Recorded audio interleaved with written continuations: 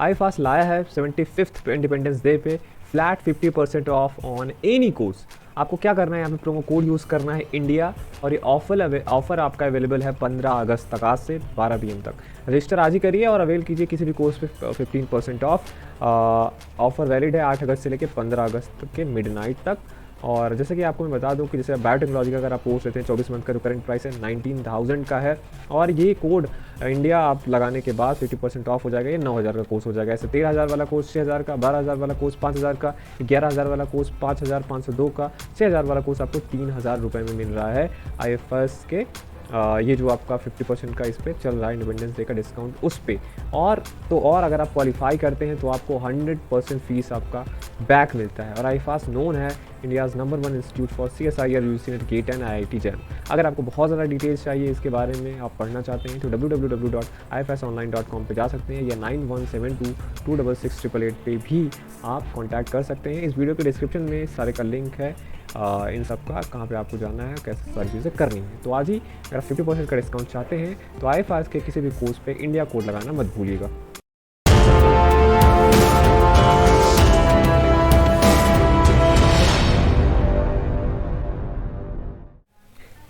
Hello friends, welcome to masters of botany gain. मैं हूं आपका दोस्त विनय कुमार सिंह। हम यूनिवर्सिटी ऑफ हैदराबाद जो है उसका 2021 का जो क्वेश्चन पेपर था वो सॉल्व करा रहे थे। पहला पार्ट हो चुका है, अगर आपने नहीं देखा हो तो इस वीडियो के डिस्क्रिप्शन पे जाके आप वो चीज़ें देख सकते हैं। ठीक, लिंक है। क्वेश्चन नंबर 14 पे हम आते हैं। Cultivated bananas are sterile cause. Cultivated जो बनानाज होते हैं वो स्टेराइल होता है, क्यों? 4 ऑप्शन है आपके पास। Male flower bearing plants are very rare, or they lack natural pollinators, or they are triploid and therefore seeds are not set, or they are a cross of the two unrelated plant species. Correct option है इसका कि they are triploid and therefore seeds are not set. इसका explanation ये है, जो cultivated बनाना आप देखते हैं वो 2 मूसा के स्पीसीज है, मूसा एक्यूमिनाटा एंड बाल्बिसियाना। इन दोनों से मिलके ये जो थर्ड हाइब्रिड है मूसा पैराडिसिका है, जो कि मूजेसी फैमिली का है। तो इसमें प्रॉब्लम क्या है, ये प्लांट है आपका ट्रिप्लॉइड और इसके पास 3 डिफरेंट सेट्स ऑफ क्रोमोसोम हैं। ठीक, अब यहाँ पे सीड ये सेट इसलिए नहीं करता है क्योंकि सीड सेट होने के लिए क्या ज़रूरी है, गैमीट्स बनते हैं सबसे पहले मियोसिस के बाद, फिर गैमीट्स का फ्यूज़न होता है। क्योंकि इनका क्रोमोसोम ट्रिप्लॉइड है तो मियोसिस में आप मियोसिस फर्स्ट में जो होमोलॉगस क्रोमोसोम है उनके बीच अलाइनमेंट होता है, ये सब सारे प्रोसेस होते हैं। लेकिन जब ट्रिप्लॉइड ये कंडीशन रहता है उस समय इसमें सही से गैमीट नहीं बन पाते हैं, क्योंकि इनमें जो 2 प्लांट के अलग अलग क्रोमोसोम है तो वो पेयर नहीं हो पाते अच्छे से, जिस वजह से गैमीट्स नहीं बनते। और गैमीट्स ना बनने की दशा में यहाँ पे सीड सेट नहीं होता है। इसीलिए जो कल्टिवेटेड बनानाज होते हैं वो स्टेराइल होते हैं। दैट मीन्स उसके सीड आप ज़मीन में ग्रो करके नया प्लांट नहीं बना सकते, क्योंकि वो सीडलेस प्लांट्स होते हैं। ठीक है, तो ये रही कहानी बनाना की। तो इसलिए ऑप्शन नंबर सी करेक्ट है। क्वेश्चन नंबर 15 पे आते हैं। Which of the following is incorrect for H+ ATPase। देखिए ATPase जो हैं, ये जो हैं ATPase का मतलब जो ATP का हाइड्रोलिसिस करते हैं, ATP को यूज़ करते हैं ऐसे चैनल्स। ठीक, तो इसका क्या है, 4 ऑप्शन है। It uses energy of hydrolysis of ATP, it also responsible for the maintenance of cytosolic pH in the range 7.3 and 7.5, और C it results in the generation of proton motive force, और D it maintains a high H+ concentration inside the cell. H+ ATPases क्या होते हैं, इस plasma membrane पे रहते हैं ये सब ATPases। ये पंप हैं, ये काम कैसे करते हैं, ATP का हाइड्रोलिसिस करके, मतलब ATP के एनर्जी का यूज़ करके ये पंप क्या करते हैं, प्रोटॉन्स को ये पंप करते हैं साइटोसॉल से एक्स्ट्रा सेलुलर स्पेस में, मतलब सेल से बाहर निकालते हैं। और इससे होता क्या है कि नेगेटिव मेम्ब्रेन पोटेंशियल जनरेट होता है और high H+ concentration outside of the cell होता है। जब बाहर निकालेगा तो H+ का कंसंट्रेशन क्या होगा, सेल के बाहर ही तो ज़्यादा होगा। तो first one is correct, that is it uses energy of the hydrolysis of ATP. Second word, it is also responsible for the maintenance of cytosolic pH in the range of 7.3 to 7.5. That means neutral. अगर हम बोलते हैं acidic कर रहा है तो ये pH आपका 2.3 या 4 ऐसे इस रेंज में होता, पर यहाँ पे न्यूट्रल होता है। ठीक, C it results in the generation of proton motive force. ये प्रोटॉन मोटिव फोर्स के जनरेशन में भी हेल्प करते हैं H+ ATPases। पर जो D वाला ऑप्शन है, it maintains a high H+ ion concentration inside the cell. मैंने आपको बताया कि जब बाहर निकालता है H+ पंप करके तो अंदर कैसे कंसंट्रेशन ज़्यादा होगा, जब इस सेल से बाहर निकाल रहा है कोई चीज़ तो वो ज़्यादा उसका अधिकतर सेल के बाहर होगा, इसलिए डी वाला ऑप्शन यहाँ पे इनकरेक्ट है। क्वेश्चन नंबर 16 पे आते हैं। During ABA mediated stomatal closure membrane depolarization is caused by the net influx of which of the following ions। ABA mediated जब स्टोमेटल क्लोजर होता है, स्टोमेटा बंद होता है, तो मेम्ब्रेन डिपोलराइजेशन होता है, और ये मेम्ब्रेन डिपोलराइजेशन पूछा है आपका किसके इन्फ्लक्स की वजह से होता है, क्लोराइड, पोटेशियम, हाइड्रोजन और कैल्शियम। तो स्टोमेटल क्लोजर के बारे में आप पढ़ेंगे कि यहाँ पे क्या होता है, जो गार्ड सेल्स का टर्गर रिडक्शन होता है, और टर्गर रिडक्शन का कॉज क्या है कि इफ्लक्स हो जाता है के प्लस का पोटेशियम आयंस का, और एनायंस जो होता है गार्ड सेल से निकल जाते हैं, सुक्रोज का रिमूवल हो जाता है, पैरेलल कन्वर्जन इसी बीच होता है, ऑर्गेनिक एसिड मैलेट का स्टार्च में कन्वर्जन हो जाता है। अब जब मेम्ब्रेन डिपोलराइजेशन होता है स्टोमेटल क्लोजर के टाइम पे, यहाँ पे एनायन चैनल एक्टिवेशन होता है और H+ एटीपीजेस का इनिबिशन होता है जो प्लाज्मा मेम्ब्रेन पे होते हैं। यहाँ पे क्या होता है कि इंक्रीज होता है साइटोसोलिक कैल्शियम आयंस का, दैट मीन्स इन्फ्लक्स होगा यहाँ पे कैल्शियम आयन का थ्रू द प्लाज्मा मेम्ब्रेन। वहाँ पे Ca2+ परमेबल चैनल्स होते हैं और इंटरनल स्टोर से भी Ca2+ आ जाता है, जिससे कि एनायंस चैनल क्या होता है, एक्टिवेट हो जाते हैं और उससे डीपोलराइजेशन कॉज होता है जो मेम्ब्रेन के पोटेंशियल को अफेक्ट करता है गार्ड से। तो यहाँ पे इन्फ्लक्स किसका होता है, कैल्शियम आयंस का। हाइड्रोजन आयन भी दोनों करेक्ट है, हाइड्रोजन भी करेक्ट है, कैल्शियम भी करेक्ट है, ठीक है। हाइड्रोजन का भी इनफ्लक्स होता है, इफ्लक्स होगा तो स्टोमेटल ओपनिंग होगा, ठीक। क्वेश्चन नंबर 17 पे आएंगे। How many numbers of chiral atoms are present in the glucose and fructose. ये कार्बोहाइड्रेट से आया हुआ क्वेश्चन है। ग्लूकोज एंड फ्रक्टोज में कायरल आइटम्स कितने होते हैं वो पूछा है। तो अगर आप ग्लूकोज और फ्रक्टोज का स्ट्रक्चर देखेंगे तो ग्लूकोज में आपको 4 कायरल आइटम्स मिलेंगे, ठीक, और फ्रक्टोज में 3 कायरल आइटम्स आपको मिलेंगे, ठीक। तो ये यहाँ पे बी वाला ऑप्शन करेक्ट है। क्वेश्चन नंबर 18 पे आते हैं। Mutations that involve the change of a single nucleotide and that code for different amino acids are. कह रहा अगर कोई म्यूटेशन होता है जो एक सिंगल न्यूक्लियोटाइड को चेंज करता है और इस चेंज की वजह से वो कोडॉन जो होता है एक डिफरेंट एमिनो एसिड को कोड करने लगता है, तो ये किस टाइप के म्यूटेशन में आता है, मिससेंस, नॉनसेंस, ट्रांसवर्जन और फ्रेम शिफ्ट म्यूटेशन। तो ट्रांसवर्जन तो आप ये समझ लीजिए अलग है। यहाँ पे ट्रांसवर्जन में क्या होता है, एक पॉइंट म्यूटेशन होता है जिसकी वजह से ये सिंगल रिंग का जो होता है, मतलब 2 रिंग वाला प्यूरिन ए या जी को चेंज कर दिया जाता है 1 रिंग वाले में, पिरिमिडीन्स में टी या सी में। तो ट्रांसवर्जन है ये। ट्रांजिशन में क्या होता है, pyrimidine to pyrimidine conversion and purine to purine conversion. But transversion में प्यूरिन टू पिरिमिडीन या पिरिमिडीन टू प्यूरिन कन्वर्जन होता है, तो ट्रांसवर्जन म्यूटेशन होता है। फ्रेम शिफ्ट म्यूटेशन में क्या होता है, एक जेनेटिक म्यूटेशन होता है डिलीशन या इंसर्शन का, जिसकी वजह से पूरा जो कोडिंग फ्रेम है वो चेंज हो जाता है और सारे के सारे अमीनो एसिड चेंज हो जाते हैं।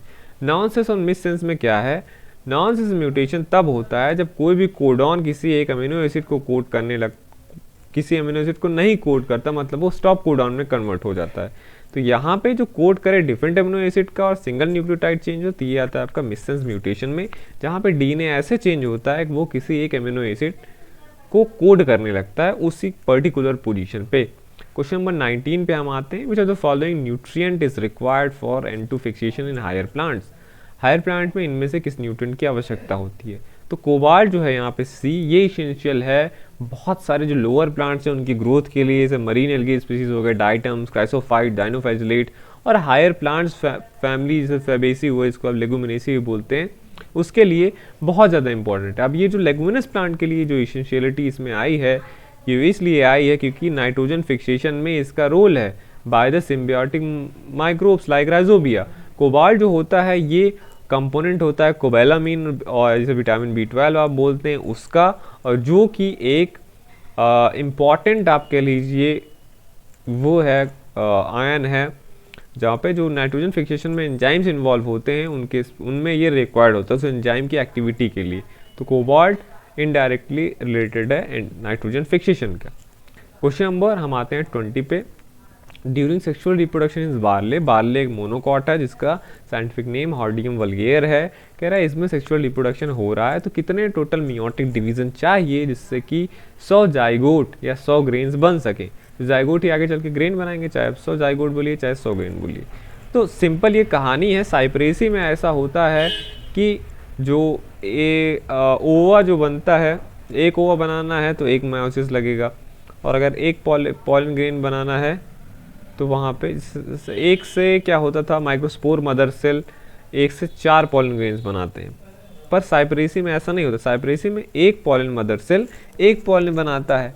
तो वहाँ पे अगर आपसे क्वेश्चन पूछा जाए कि कितने मियोसिस चाहिए 100 जाइगोट्स बनाने के लिए साइप्रेसी में, तो आप क्या कहेंगे, 100 ओवा के लिए और 100 स्पर्म के लिए। तो वहाँ पे टोटल कितना चाहिए, 200 चाहिए। पर और जो नॉर्मल फैमिलीज है वहाँ पे 100 जो मेगास्पोर मदर सेल है वो एक मियोसिस करके एक ओवा बनाती है। तो ऐसे आपको जाइगोट बनाने के लिए 100 ओवा चाहिए, तो मतलब 100 मियोसिस चाहिए मेगास्पोर मतलब ओवा बनने के लिए। और वहीं यहाँ पे आप जो यहाँ पे स्पर्म बनता है, और सारी फैमिलीज में साइप्रोसी को छोड़ के, मतलब पॉलन ग्रेन की अगर हम बात कर लें तो एक मियोसिस के बाद 4 पॉलन ग्रेन बनती है। तो मतलब अगर आपको 100 पॉलन ग्रेन बनाने हैं तो आपको 25 मियोसिस की ज़रूरत पड़ेगी। तो क्योंकि जो बार्ले है ये हॉर्डियम वल्गेयर पोएसी का है, और पोएसी में नॉर्मल ही होता है, तो वहाँ पे 100 मियोसिस चाहिए 100 ओवा बनाने के लिए, और 25 मियोसिस चाहिए क्या, 100 आपका स्पर्म बनाने के लिए। तो कुल मिला के यहाँ पे 125 मियोसिस चाहिए। ठीक, क्वेश्चन नंबर 21 में आते हैं।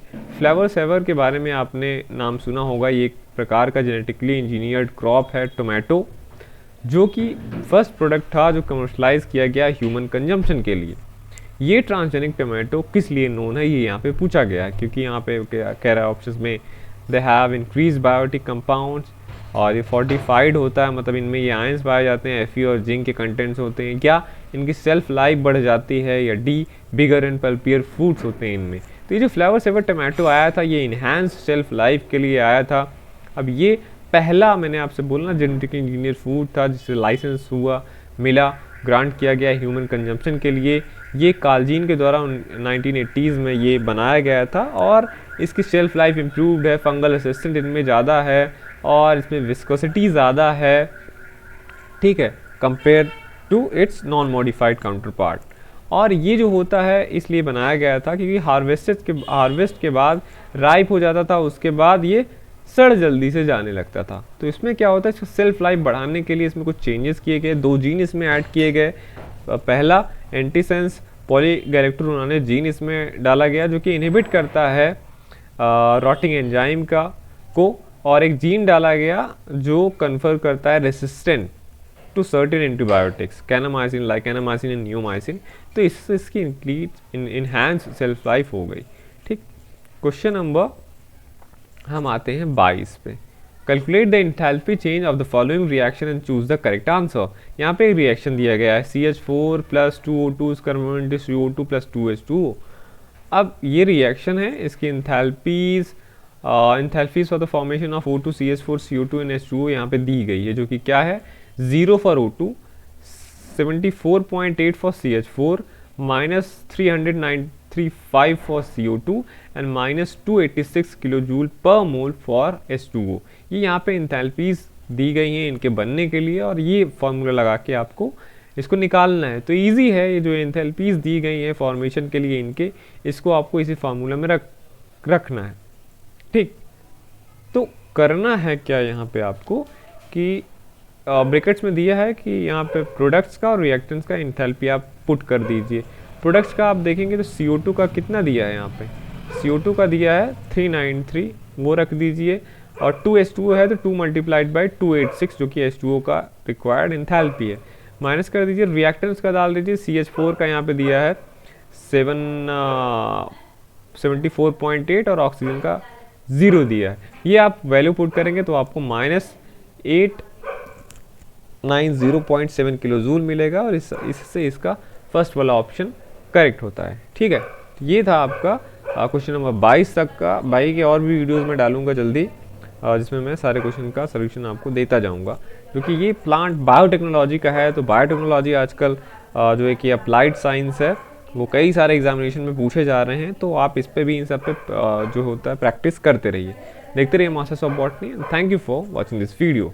मास्टर्स ऑफ बॉटनी लेके आया है 10 full mock test for UPHSC। बहुत लोगों ने मुझसे पूछा था कि क्या हम हिमाचल प्रदेश या उत्तराखंड या छत्तीसगढ़ जो भी एग्जामिनेशन होते हैं, एमपीपीएससी, उनके भी जो असिस्टेंट प्रोफेसर के एग्जामिनेशन होते हैं या एमएससी बॉटनी एंट्रेंस के जो एग्जामिनेशंस होते हैं, उसके लिए ये फुल मॉक टेस्ट क्या उसके लिए एलिजिबल मतलब हैं, एप्लीकेबल हैं कि नहीं है। तो हाँ, क्योंकि बॉटनी हर जगह पूछा जाता है और लेवल हर जगह का यही रहता है लगभग।